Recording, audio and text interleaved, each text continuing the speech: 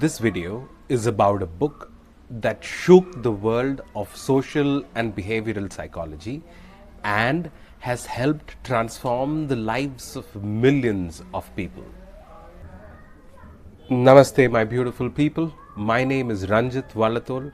I am an international yoga, pranayama, and meditation teacher, and I am a certified therapist. Bronnie Ware was a nurse, a counselor in a palliative care unit in Australia. For those of you who don't know, palliative care units are units where all the patients have only a few weeks or maybe a few months to live.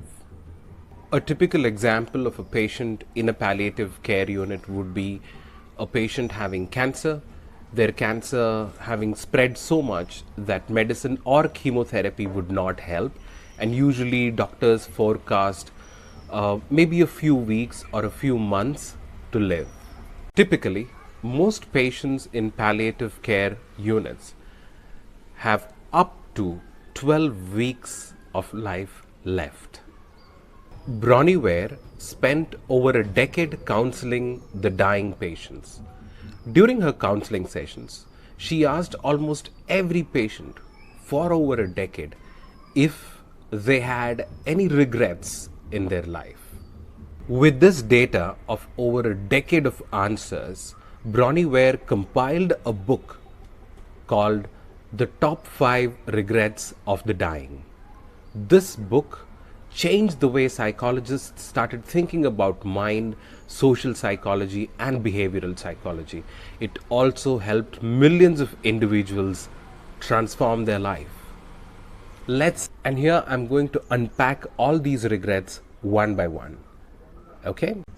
The top regret number 5 is, I wish I had let myself be happier.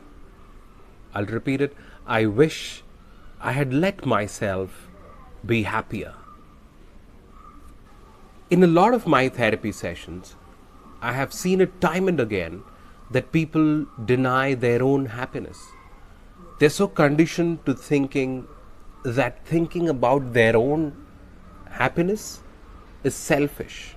So they burn like a candle to please others and make others happy. Allow yourself to be happy. You've got one life. Give yourself permission to find joy in everyday life. If you can't do that, begin by appreciating. Slowly start appreciating. It could even be the clean glass of water you have to drink. And from there you can slowly develop allowing yourself to be happier. If you can't do that, get in touch with me, because I have helped hundreds of people find their joy in life. I have my contact details in the description box below. All right, let's look at the top 4th regret of the dying. I wish I had been in touch with my friends. I wish I had been in touch with my friends. A very popular study on happiness and satisfaction revealed that people who have a small, maybe 2 or 3 set of friends whom they're really close to, and these people tend to be more happier, satisfied in life, and they actually were found to be healthier. Pick up that phone, call that long lost friend, get in touch with people, have a small but very good group of friends who are there to support you, whom you support, and you would see your mental health would automatically improve. We come to top regret number 3, and that is, I wish I had the courage to express my feelings. Oh, this is big. I wish I had the courage to express my feelings. This is big and this is important.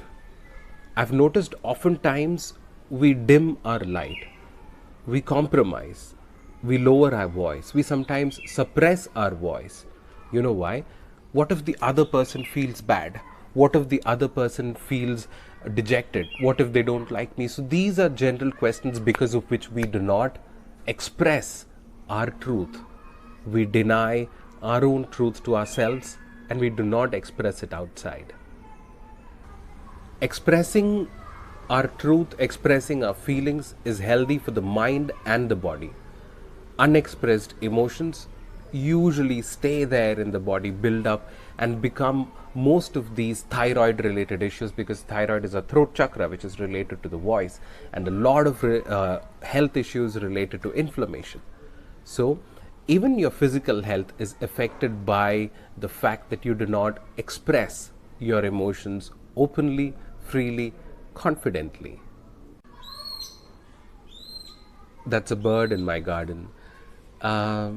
Yes, so begin by expressing your feelings to yourself. I've noticed in my therapy sessions a lot of these clients deny themselves the truth of what they feel. So open up, express your feelings, true feelings to yourself, and do not judge yourself as this feeling is wrong, this feeling is right. Just express it. Be truthful to yourself. Once you're comfortable doing that, start expressing your truth to others without thinking if they would feel bad, would they hate me, etc. Start expressing your feelings and you would see and realize and experience the freedom you experience in that. Top regret number 2. I wish I hadn't worked so hard. I repeat it. I wish I hadn't worked so hard.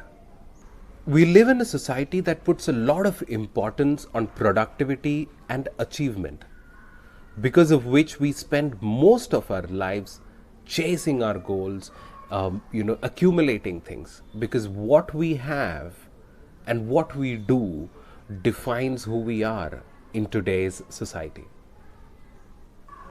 Because of this overemphasis on productivity and achievement, we spend most of our lives working really, really hard. Allow me to introduce a new thought process for you. Play with it, try to entertain in your mind and see how it feels. And the new thought process is think less about doing and focus more about being. What are you experiencing on a day-to-day basis? Can you have joy in your life? Can you contain joy? Can you appreciate everything in your life as much as possible? And shift the focus from being always productive, trying to be successful. Be successful. Be that person now. Define success not based on what you have or what you have achieved, but how much joy you can contain in your life right now. Don't be so busy chasing your dreams that you forget to live life in the now. Slow down a bit.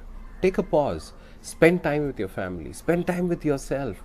Experience what you are being now. And there is so much happiness, joy, and beauty in this kind of living. The number 1 top regret, I call it the mother of all regrets, is I wish I had the courage to live a life true to myself, not a life that others expected of me. I will repeat it. I wish I had the courage to live a life true to myself, not a life others expected of me. Imagine this. Most people on their deathbeds regret living a life that was not true to themselves. What a tragedy it would be to spend 30, 40, 50, 60, 70, 80 years of your life and at your deathbed wonder if your whole life was wrong.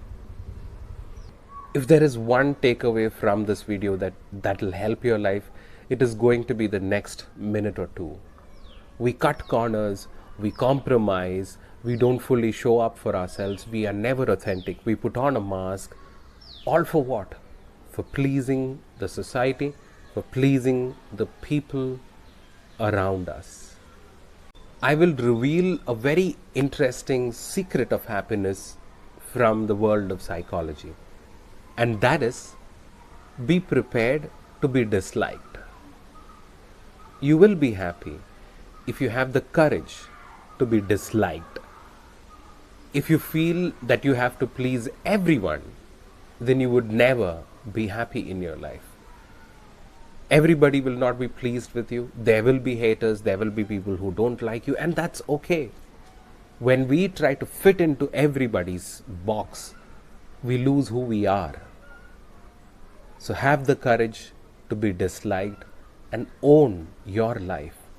Have your opinions. Be flexible, be kind, but have your opinions, express yourself, and live a life that is true to what you want, not what your husband wants, or your wife wants, or your parents want, or your children want, or your boss wants, or your girlfriend or your boyfriend wants, but live a life that is true to your heart. Okay, I hope this video was helpful. It added some value to your life. If so, I would request you to subscribe to my channel, because there's a lot more soul nourishing videos that are coming up.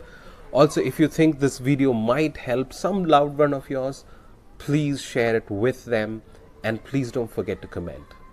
Thank you, namaste, and I love you all.